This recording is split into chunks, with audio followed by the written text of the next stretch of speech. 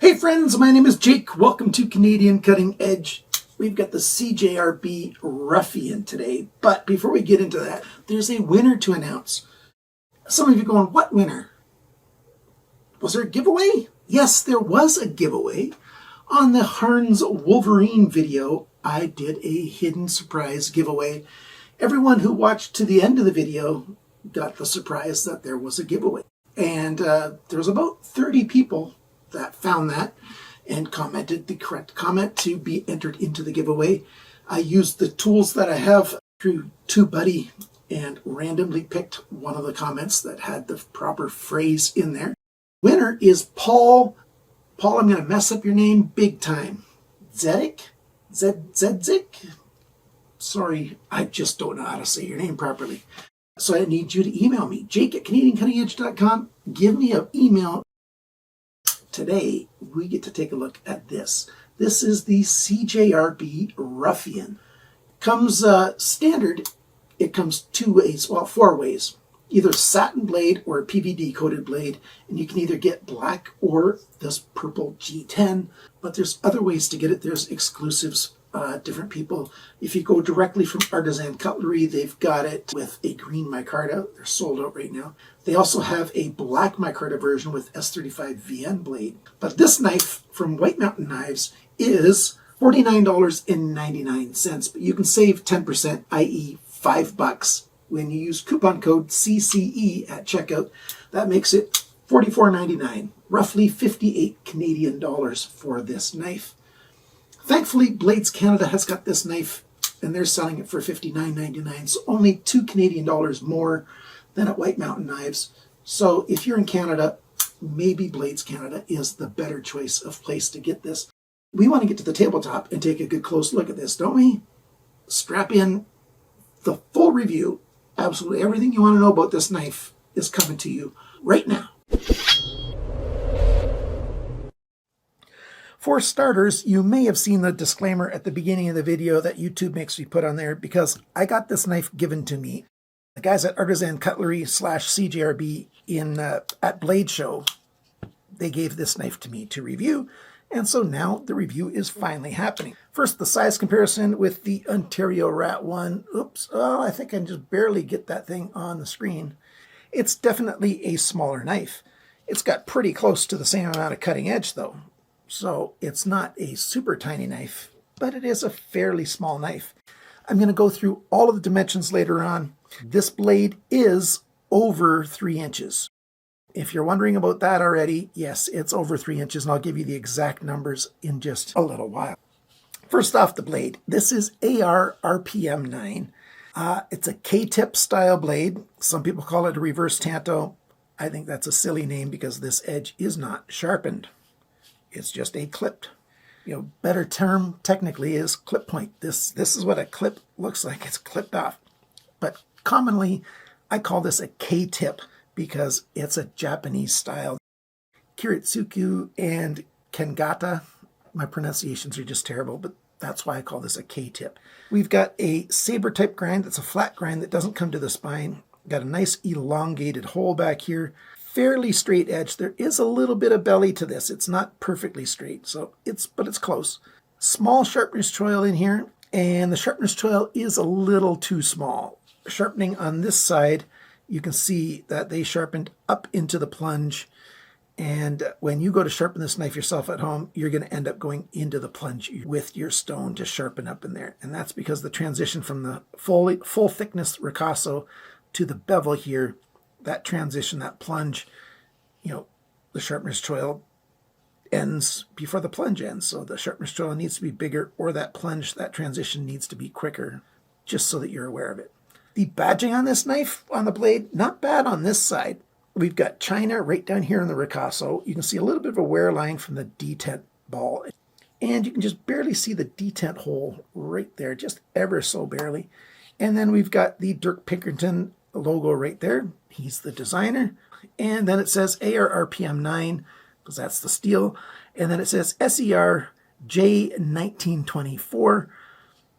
I don't know why they keep calling it serial when it's not the serial number, that's the model number, J1924, and the model name is Ruffian. I like that it's nice and small, even though it's on the bevel. I'd prefer it to be on the flat somewhere, but that's okay. And then on this side, it's a little too large where they say CJRB. I'd like that to be smaller. Now, what's the cool thing about this blade that I haven't introduced yet?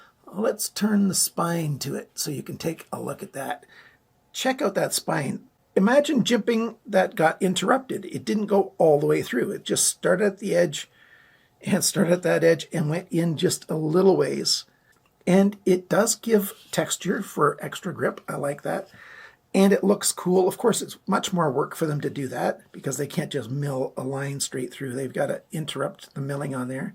They've done a similar thing to the G10 back here. And so you've got grip with your thumb surface on there and up here. And I'm glad that it's a nice long pattern of that kind of newfangled jimping that they're doing. I really like that an awful lot. I'm assuming that that is Dirk Pinkerton's idea, and that's really cool. I like that a lot. That's basically the blade. One other thing though, how thin is it behind the grind? It's thin enough to be a good slicing, cutting knife. The sharpening angle's fairly good and nice and thin. You can use that tip, if you're opening packages and stuff, that works great. Some really minor piercing you can do with that, but slicing and cutting, pretty good with this knife. Let's talk about the handle. It's a fairly simple handle, pretty much a straight back. I already talked about that jimping back here. Open pillar construction, nice hourglass shaped pins, T8 button screws. I'm not fond of button screws, but I'm very glad that those are T8. And the hardware is good quality steel there, so that's a good thing. Pocket clip. It goes anywhere of 4 places. Tip up, tip down, right side, left side. It doesn't matter. You can put it. This is a fully ambidextrous knife. These spaces here are left empty. I guess they could have put filler, like spacer fillers in there if they wanted to, but they didn't. The lanyard option is right there. It's another pin with a hole in it, so you can tie off a lanyard to that. If you're not a lanyard fan, it kind of disappears. And the pocket clip is a deep carry clip. It doesn't come right out the end here, but either way, on either end, it's pretty close to the end of the handle, so that's quite good. T6 flush screws on that. Just be careful. You're not going to want to be moving that pocket clip very many times because you might end up stripping out those screws. We don't have a flat nose on the pocket clip. Let's get a pair of pants on screen so that we can see how well it works. It climbs over and it goes the full depth.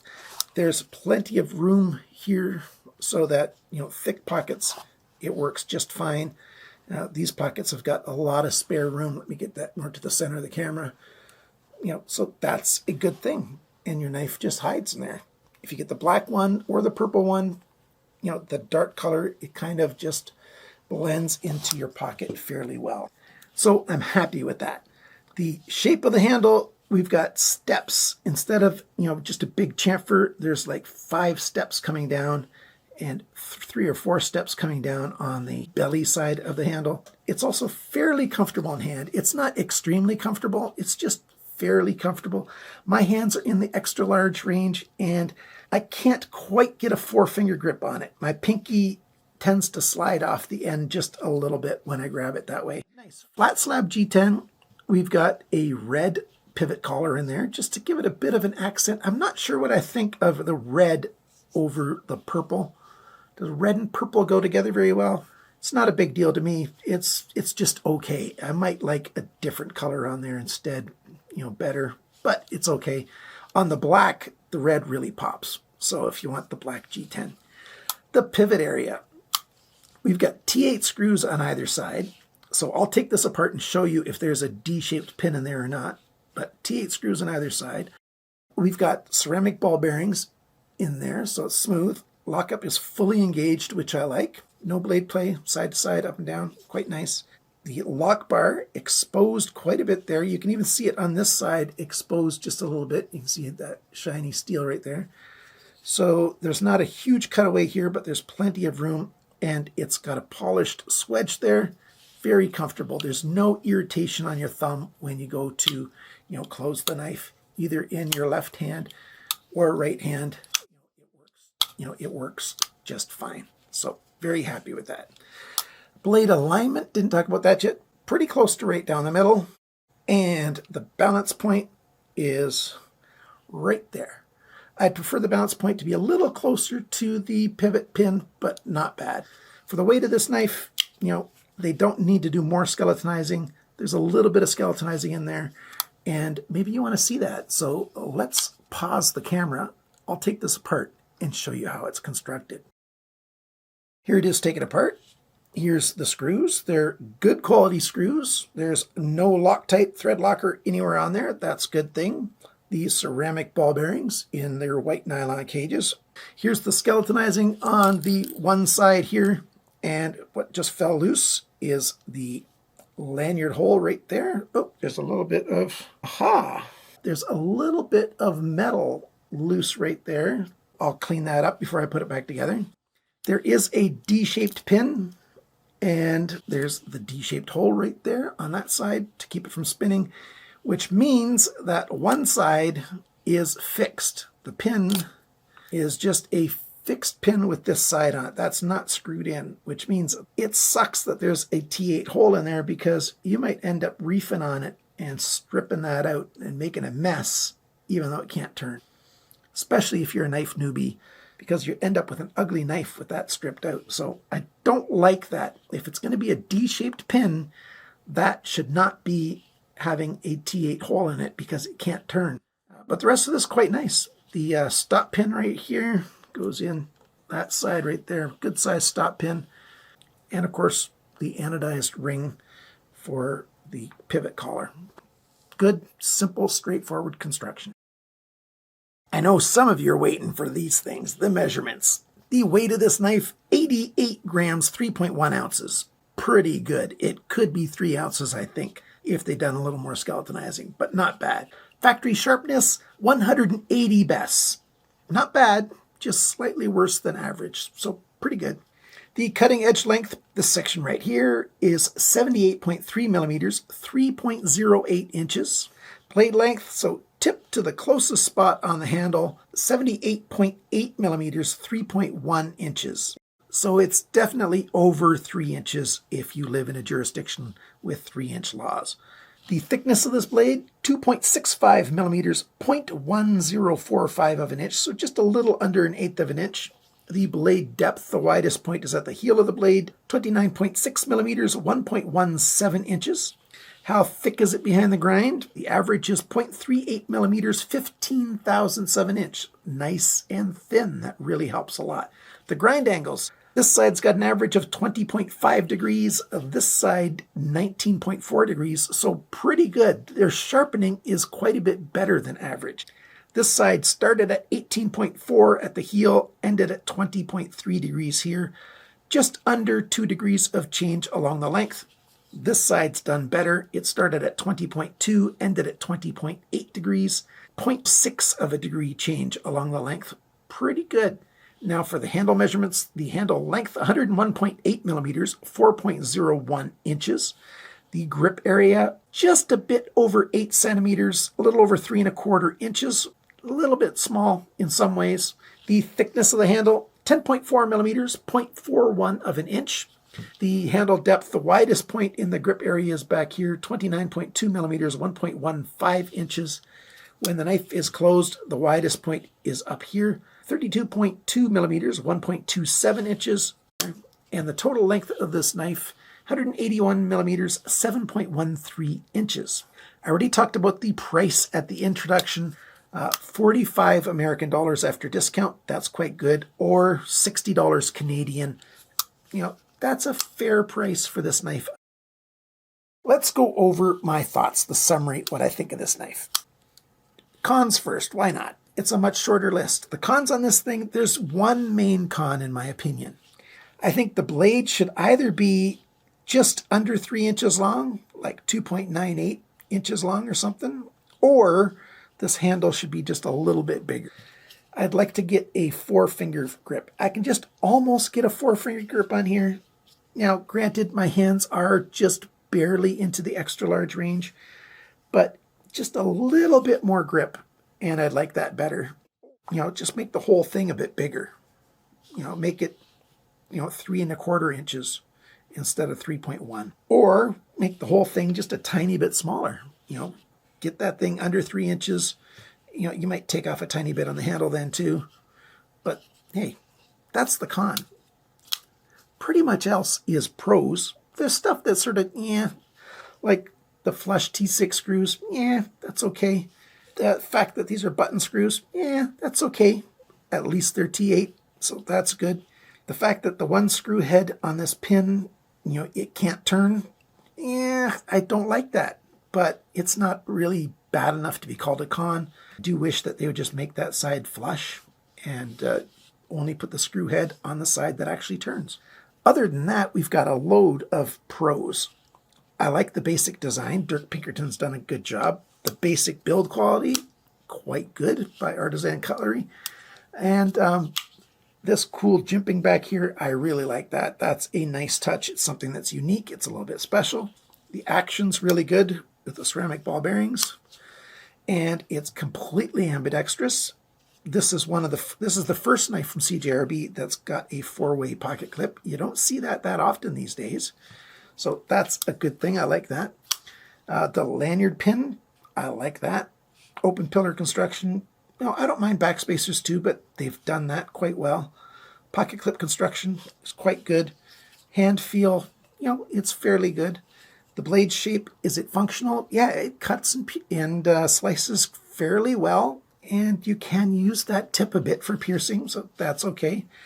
And we've got a nice hole for, deploying the blade.